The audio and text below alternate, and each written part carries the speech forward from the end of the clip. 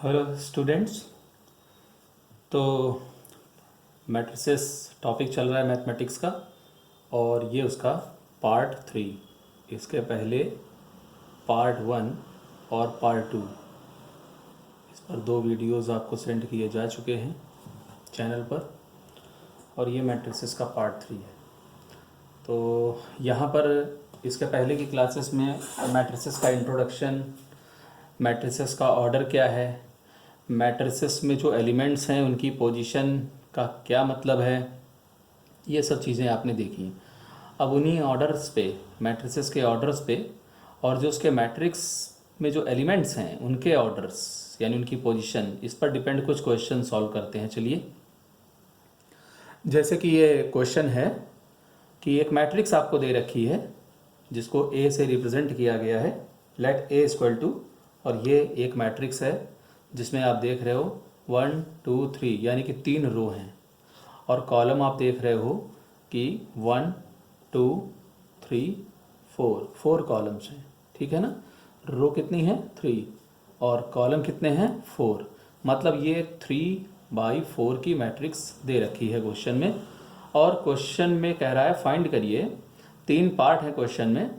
तो number 1, order of matrix A. तो आइए सॉल्व करना स्टार्ट करते हैं। ठीक है, तो जो मैट्रिक्स दे रखी है उसका ऑर्डर हमने देखा 3/4 है क्योंकि यहाँ 3 रो हैं और 4 कॉलम हैं। और क्वेश्चन का फर्स्ट पार्ट यही है कि ऑर्डर ऑफ मैट्रिक्स ए क्या होगी। तो सिंस नंबर ऑफ रोज 3 है एंड नंबर ऑफ कॉलम्स 4 है, ठीक है, तो देयरफॉर ऑर्डर ऑफ मैट्रिक्स, तो ऑर्डर लिखने का मतलब number of rose into number of columns. तो ये मैट्रिक्स का ऑर्डर है। इस तरीके से एग्जाम में आपको इसका आंसर रिप्रेजेंट करना है अगर क्वेश्चन पूछा जाता है तो। ठीक है, तो ये फर्स्ट पार्ट का सोल्यूशन था। अब आइए क्वेश्चन का सेकेंड पार्ट देखते हैं। पूछा है number of elements in matrix A. ये जो मैट्रिक्स ए है इसमें कितने एलिमेंट्स होंगे, नंबर ऑफ एलिमेंट्स। बहुत ही सिंपल क्वेश्चन है, चूँकि फंडामेंटल अब आपको क्लियर है, ऑर्डर वगैरह आप जान चुके हैं। ठीक, तो बहुत ही सिंपल क्वेश्चन है। तो नंबर ऑफ एलिमेंट्स कितने हैं, आप डायरेक्ट भी इनको काउंट कर सकते हैं, लेकिन हमें पता है कि अगर हमें ऑर्डर मैट्रिक्स का मालूम है तो नंबर ऑफ एलिमेंट्स हम सीधे उनके ऑर्डर की मदद से पता लगा लेते हैं कि चूंकि ऑर्डर है 3/4, तो 3 और 4 का जो मल्टीप्लिकेशन है यानी कि 12, उतने ही एलिमेंट्स इस मैट्रिक्स में होंगे। गिनने पे 12 ही तो आएंगे। तो मेथड आप यही रखिए कि अगर ऑर्डर पता है तो मल्टीप्लाई कर दीजिए दोनों का, number of rose number of columns का, तो नंबर ऑफ एलिमेंट्स क्या होंगे ये पता हो जाए। ठीक, तो number of elements equal to 3 into 4 यानी कि 12। थर्ड पार्ट क्वेश्चन का, वैल्यू ऑफ ए सफिक्स में 13 लिखा हुआ है, ए सफिक्स में 21, A33, A24, A23, मतलब इन पोजीशन पे जो एलिमेंट्स हैं उनकी वैल्यू फाइंड करनी है। तो आपको अच्छी तरह पता है कि किसी भी एलिमेंट की पोजीशन का क्या मतलब है। कि जैसे ये एलिमेंट है तो ये फर्स्ट रो में है, फर्स्ट कॉलम में है, तो इसकी पोजीशन हुई 1 1, यानी इस एलिमेंट को हम A11 कह सकते हैं। ऐसे ही इस एलिमेंट को A12 क्योंकि ये फर्स्ट रो और सेकंड कॉलम में है ना।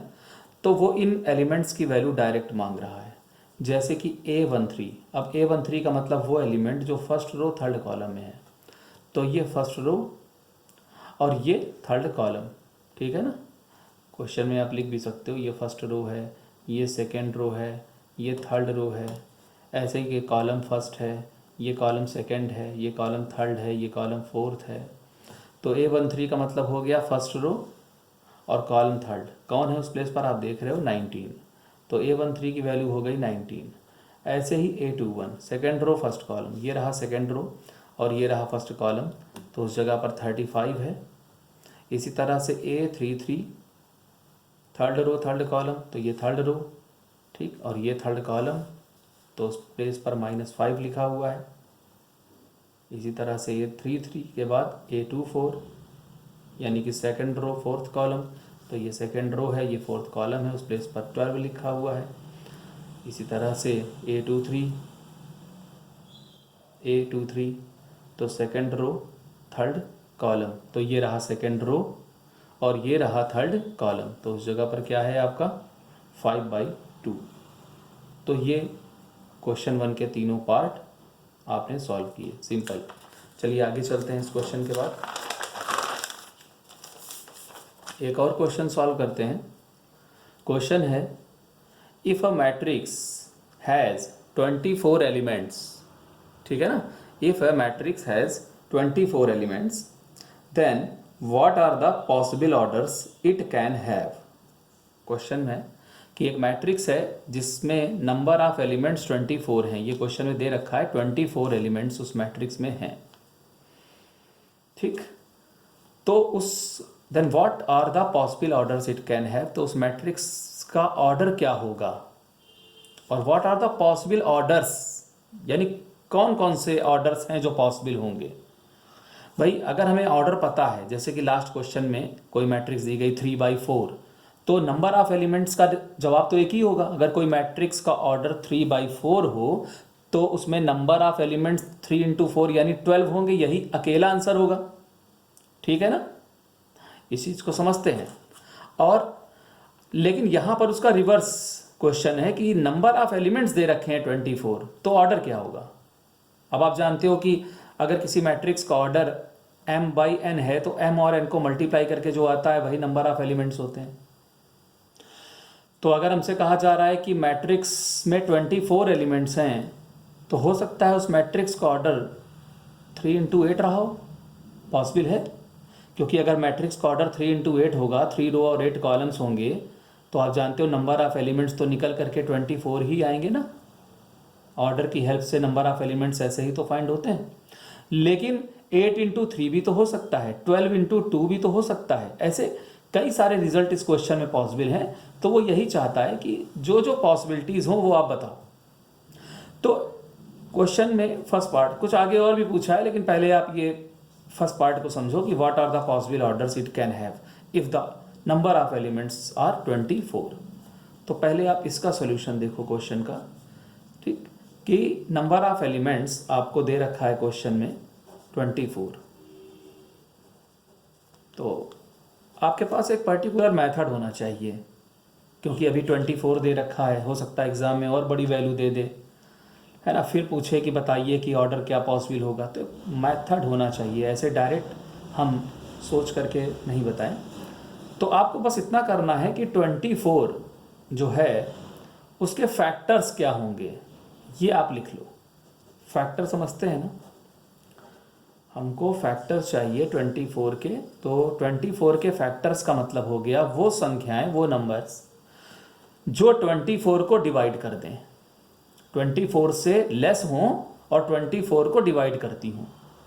तो 24 से लेस ऐसे कौन से नंबर्स हैं जो 24 को डिवाइड कर दें। 1 है, ठीक, 2 है,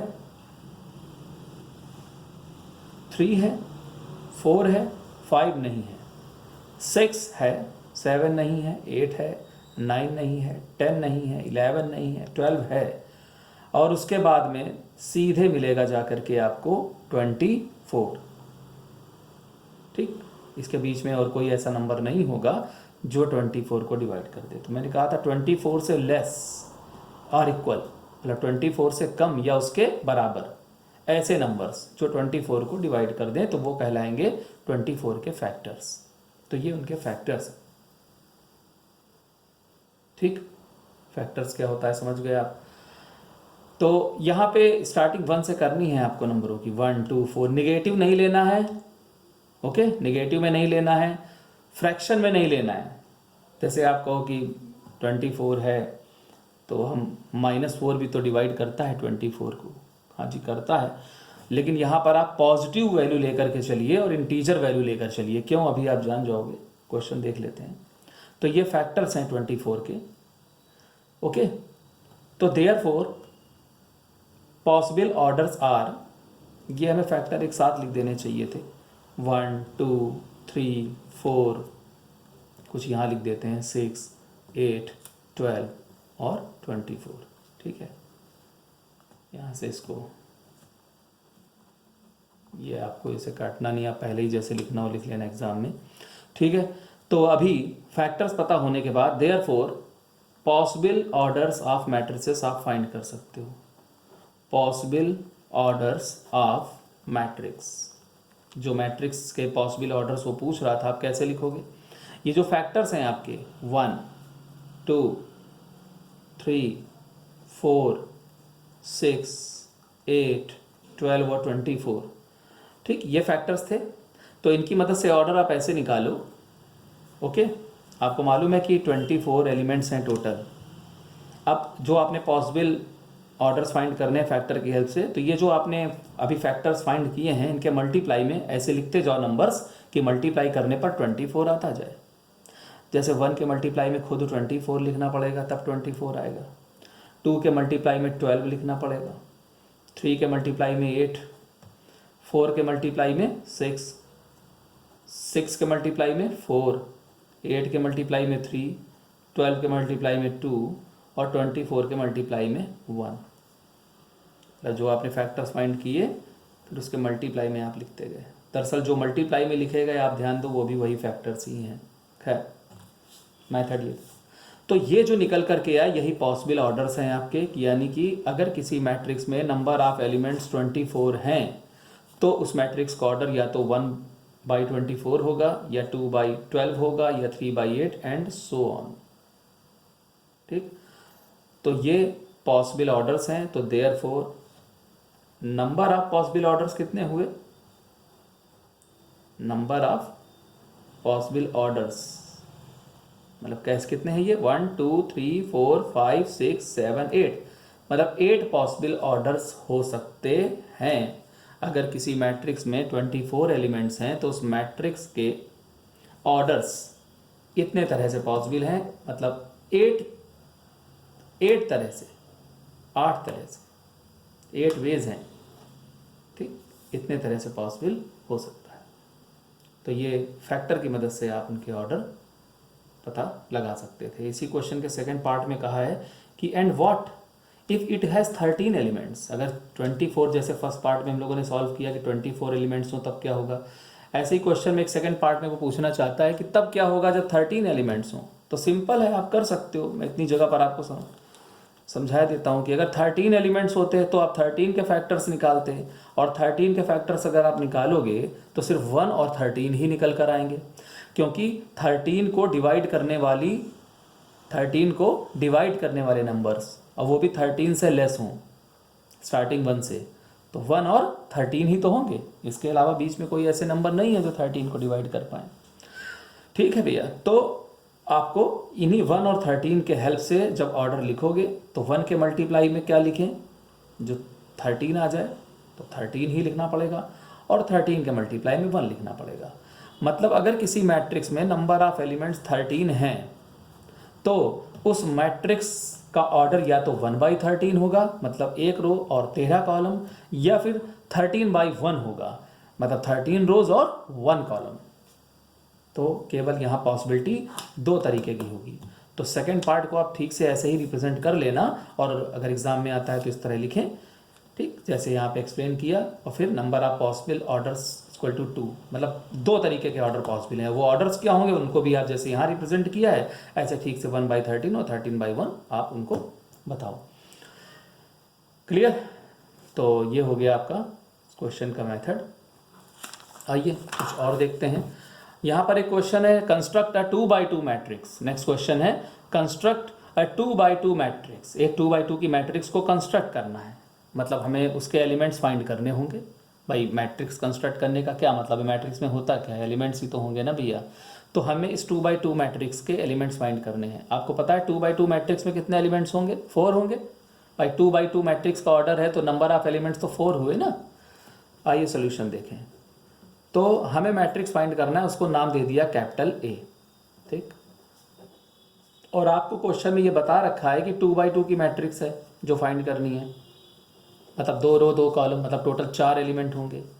तो इन चारों एलिमेंट्स के अगर कुछ नाम देने हो तो आप क्या दोगे? ये चीज़ आप सीख चुके हो ऑर्डर में, यही तो नाम दोगे। इस प्लेस के एलिमेंट को 1 1, इस प्लेस के एलिमेंट्स को A1 2, इस प्लेस के एलिमेंट को A21 और इस प्लेस के एलिमेंट को A22, उनकी पोजीशन के अकॉर्डिंग। जैसे ये फर्स्ट रो फर्स्ट कॉलम का एलिमेंट है तो A11, ये फर्स्ट रो सेकंड कॉलम का एलिमेंट है तो A12, ऐसे ये सेकंड रो फर्स्ट कॉलम और ये सेकंड रो सेकंड कॉलम। ठीक, तो लेट एज्यूम किया इस तरीके से कि मैट्रिक्स के एलिमेंट्स को ये नाम दे दिए हमने। अब ये एलिमेंट्स फाइंड करना ही हमारा टारगेट है। तो ये एलिमेंट्स फाइंड कैसे किए जाएं, इसके लिए आप क्वेश्चन आगे पढ़ते हैं। Construct a 2x2 matrix capital A equal to AIJ। मतलब उन्होंने ये लिख करके सिर्फ यही रिप्रेजेंट किया, ये आपको बताने की कोशिश करी कि आप जो मैट्रिक्स के एलिमेंट्स को एज्यूम करो उनको स्मॉल a की फॉर्म में रिप्रेजेंट करो। हमने वैसे ही रिप्रेजेंट भी किया है, और IJ का मतलब उनके ऑर्डर के हिसाब से जो उनका एलिमेंट्स की पोजीशन का, एलिमेंट्स की जो भी पोजीशन हो वो उनके सफिक्स में लिखते चले गए। Whose elements are given by, elements को फाइंड करने के लिए उन्होंने आपको एक फार्मूला दे रखा है, AIJ equal to I plus J whole square by 2। तो सिंपल क्वेश्चन है, आप इससे एक फार्मूला मानते हुए आप इन चारों एलिमेंट्स की वैल्यू फाइंड कर लो। जैसे कि A11, अब इस फार्मूले से A11 निकालने का मतलब हुआ कि I की जगह 1 और J की जगह 1 लेकर के चलें आप, तो यहाँ 1 प्लस 1 होल स्क्वायर बाई 2, तो 1 प्लस 1 का 2 हुआ, 2 स्क्वायर बाई 2 मतलब 2 का स्क्वायर 4 होता है, तो 4 बाई 2 यानी फाइनली 2 आया। इस तरह A11 की वैल्यू फाइंड हो गई। ऐसे ही अगर आपको A12 निकालना होगा तो I की वैल्यू आप लेके चलोगे 1 और J की वैल्यू लेकर के आप चलोगे 2, यानी यहाँ पर आप फार्मूले में पुट करोगे 1 प्लस 2 होल स्क्वायर बाई 2, ये 3 हो गया, 3 स्क्वायर 9 होता है, तो 9 बाई 2। ठीक, आप इसे 4 पॉइंट लिखना चाहें तो 4.5 भी लिख सकते हैं, या 9 बाई 2 ही रहने दे, कोई दिक्कत नहीं उससे। A21, अब A21 का मतलब हो गया I की वैल्यू 2 लेना है, J की वैल्यू 1 लेना है, तो 2 प्लस 1 होल स्क्वायर बाई 2 यानी वही 3 स्क्वायर बाई 2। अब 3 स्क्वायर बाई 2 मतलब फिर से वही 9 बाई 2 यानी 4.5। इसी तरह से A22, तो I और J दोनों की वैल्यू 2 लेके चले गए, तो 2 प्लस 2 होल स्क्वायर बाई 2, ठीक है, यानी कि 4 बाई 2। ओके, यही सॉरी 4 का स्क्वायर यानी कि 16 बाई 2 यानी कि 8। तो ये हमने चारों एलिमेंट्स फाइंड कर लिए। अब आपको सिर्फ इतना करना है कि इस मैट्रिक्स में उन एलिमेंट्स की वैल्यू उनकी जगह पर आप पुट कर दो। ठीक है, कर लेंगे ना? मतलब कैसे, यहाँ 2 लिख देंगे, इसकी वैल्यू आपने निकाली 4.5, इसकी वैल्यू आपने निकाली तो वो भी 4.5 निकल के आई, और इस A22 की वैल्यू आपने फाइंड करी तो 8 निकल करके आई। क्लियर? ये आंसर है आपका। बस एक क्वेश्चन और सॉल्व करते हैं। तो क्वेश्चन है, find the number of all possible matrices of order 3x3 with each entry 0 और 1। ये अलग टाइप का क्वेश्चन है। Find the number of all possible matrices, ऐसी कितनी मैट्रिसेस पॉसिबल हैं ऑफ ऑर्डर 3x3 जिनका ऑर्डर 3x3 हो, विद ईच एंट्री 0 और 1, मतलब जिसके एलिमेंट्स केवल 0 और 1 की हेल्प से ही बने हों, मतलब जिनके एलिमेंट्स या तो 0 हों या 1 हो। मतलब क्वेश्चन ये है कि एक मैट्रिक्स है 3x3 ऑर्डर की। ठीक भैया, अब 3x3 मैट्रिक्स का मतलब हो गया कि इसमें 9 एलिमेंट्स होंगे, 3 रोज और 3 कॉलम्स, नंबर ऑफ एलिमेंट्स 9। अगर उन एलिमेंट्स को हम कोई नाम देना चाहे तो A11, A12, A13 ये फर्स्ट रो के एलिमेंट्स होंगे। ऐसे ही A21, A22, A23 ये एलिमेंट्स हो गए, और थर्ड रो A31, A32 और A33। क्लियर?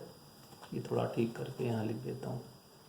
तो ये मैट्रिक्स के एलिमेंट्स को कुछ एज्यूम किया हमने। अब क्वेश्चन में कह रहा है विद ईच एंट्री 0 और 1, मतलब ये जो एलिमेंट्स हैं इनकी और कोई वैल्यू नहीं, बस 0 होगी या 1, मतलब जहाँ कहीं 0 रख दो, जहाँ चाहे वहाँ 1 रखो, और इस तरीके से बताओ कि ये मैट्रिक्स कितने तरीके से पॉसिबल है, ऐसी कितनी मैट्रिसेस हो सकती हैं। आप क्वेश्चन समझ रहे हैं? ठीक, number of all possible matrices, मतलब 3x3 की मैट्रिसेस तो कई हो सकती हैं ना। अब उन्होंने आपको रिस्ट्रिक्शन दिया कि आप और कोई एलिमेंट्स यूज ना करो, केवल 0 और 1 को यूज करो, लेकिन वो 0 और 1 भी कैसे यूज करना है इसके लिए उन्होंने आपको खुली छूट दे रखी है कि आप चाहो तो हर जगह 0 0 रख दो, 1 1 रख, हर जगह 1 1 रख दो, या जहां चाहे वहां 0 रख दो, जहां चाहे वहां 1 रख दो। और इस तरीके से बताइए कितने तरह से आप बना सकते हो। तो जब तक आपके पास कोई पर्टिकुलर मेथड नहीं होगा तब तक तो आप ऐसे सोचते रहोगे। अगर डायरेक्ट आप कोशिश भी करोगे ऐसे पता लगाने की तो कुछ पॉसिबिलिटीज यानी कुछ ऐसी मैट्रिसेस आप हो सकता है मिस कर दो, नहीं समझ पाओ कि अरे कितनी होंगी। दरअसल यहाँ पे परमिटेशन का यूज़ होगा। आपने मैथमेटिक्स में परमिटेशन अगर नहीं पढ़ा हुआ है तो आप पहले परमिटेशन से रिलेटेड जो वीडियोस हों मेरे तो उनको देखें, ठीक, या परमिटेशन। तो फिलहाल अभी एक क्वेश्चन के लिए हम परमिटेशन की डिटेल पे नहीं जाएंगे, हम सिर्फ आपको ऐसे ही इस क्वेश्चन को कैसे करना है समझाने की कोशिश करते हैं।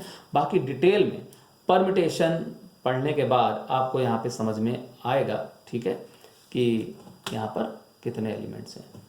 ठीक, अच्छा हाँ, एक चीज़ हम पिछला जो क्वेश्चन आपको बता रहे थे, एक क्वेश्चन था ये फैक्टर्स वाला, ये वाला अभी तो बीच में एक जगह मैंने कहा था कि ये मैं आपको बताता हूँ कि आपको ये नंबर निगेटिव क्यों नहीं लेने हैं, या है ना इंटीजर ही क्यों लेने हैं। तो अब आपको समझ में आ गया होगा। यहाँ आया था ना कि 24 के फैक्टर्स लिखिए, मतलब वो नंबर लिखिए जो 24 को डिवाइड कर दें और 24 से लेस हों। तो -4 क्यों नहीं, माइनस क्यों नहीं, है ना। तो इसलिए नहीं क्योंकि आप जो कुछ भी लिख रहे हो वो ऑर्डर है मैट्रिक्स का, और मैट्रिक्स के ऑर्डर में जो ये है वो उसके नंबर ऑफ रोज को, और ये जो संख्या है ये जो संख्या उसके नंबर ऑफ कॉलम्स को रिप्रेजेंट कर रही है। तो क्या नंबर ऑफ रोज या नंबर ऑफ कॉलम्स नेगेटिव हो सकता है क्या? इसकी तो मीनिंगलेस बात हो जाएगी ना। हम बोले कि किसी मैट्रिक्स में 2 रो हैं, 2 कॉलम हैं, 4 रो हैं, 5 कॉलम, ये बातें तो समझ में आती है। अब हम बोले किसी मैट्रिक्स में -2 रो हैं तो ये तो मीनिंगलेस बात हो गई ना भैया। तो इसीलिए बोला गया कि ये पॉजिटिव ही होगा और इंटीजर होगा। इंटीजर मतलब पॉइंट नहीं होना चाहिए। मतलब ये जैसे नेगेटिव वाली बात मीनिंगलेस थी, ऐसे ही ये बात भी मीनिंगलेस है कि अगर हम कहें किसी मैट्रिक्स में हाफ रो हैं या 0.5 रो हैं या 1.6 रोज हैं, इनका क्या मतलब? भाई नंबर ऑफ रोज तो गिनी जाएंगी ना जब काउंटिंग करते हो। तो general counting, real life counting तो 1 2 3 4 ऐसे बोलोगे ना। तो इसीलिए बोला गया कि आप ऐसे नंबर्स लें यहाँ पर जो पॉजिटिव भी हों और इंटीजर्स भी हों। मतलब पॉइंट में नहीं लेना है आपको, दशमलव वाली संख्याएं नहीं लेनी है और निगेटिव भी नहीं लेनी है। इसीलिए 1 से स्टार्ट किया, 1 2। ओके, ये थोड़ा याद आ गया, पीछे आकर बताना पड़ा। वापस चलते हैं अपने क्वेश्चन पर। तो इस क्वेश्चन को सिंपली हम ऐसे सॉल्व कर सकते हैं। आप ऐसे बताओ 0 और 1 ये 2 नंबर्स हैं और इनको कहीं भी रखने की छूट है। तो परमिटेशन जिनको थोड़ा बहुत मालूम है तो उनको तो पूरी बात समझ में आएगी कैसे हो रहा है। जो इनको नहीं भी मालूम तो इस तरीके से समझें कि इस क्वेश्चन को हम, परमिटेशन का मतलब ही है पॉसिबिलिटीज़, यानी कितने तरह से अरेंज कर सकते हो आप 0 और 1 को। इसीलिए परमिटेशन को अरेंजमेंट भी कहा जाता है। आप इसको इस तरह समझो कि A11 प्लेस पर हम किसको रख सकते हैं, कितने एलिमेंट रख सकते हैं? 0 भी रख सकते हैं और 1 भी रख सकते हैं।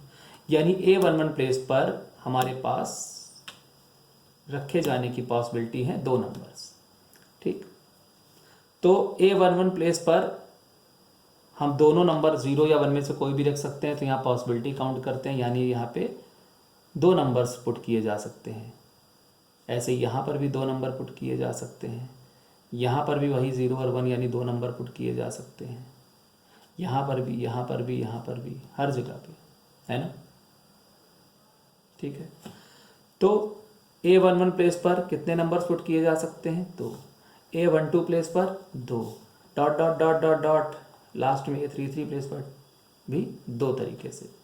अब पॉसिबिलिटीज़ यानी परमिटेशंस निकालने में, अरेंजमेंट्स निकालने में इन सभी का मल्टीप्लाई हो जाता है। तो 2 into 2 into 2 dot dot dot dot dot. अब ये कितने बार 2 था? उतने ही बार ना जितने कि आपके एलिमेंट्स हैं। आपके 9 एलिमेंट्स हैं, मतलब ये 2 2 2 आपका 9 टाइम्स है। अगर 9 टाइम्स 2 2 मल्टीप्लाई में लिखा होगा तो आप 2 की पावर 9 उसको लिखोगे, और 2 की पावर 9 की जब आप वैल्यू निकालते हो तो निकल करके आती है 512, 512। तो ये परमिटेशन का क्वेश्चन था।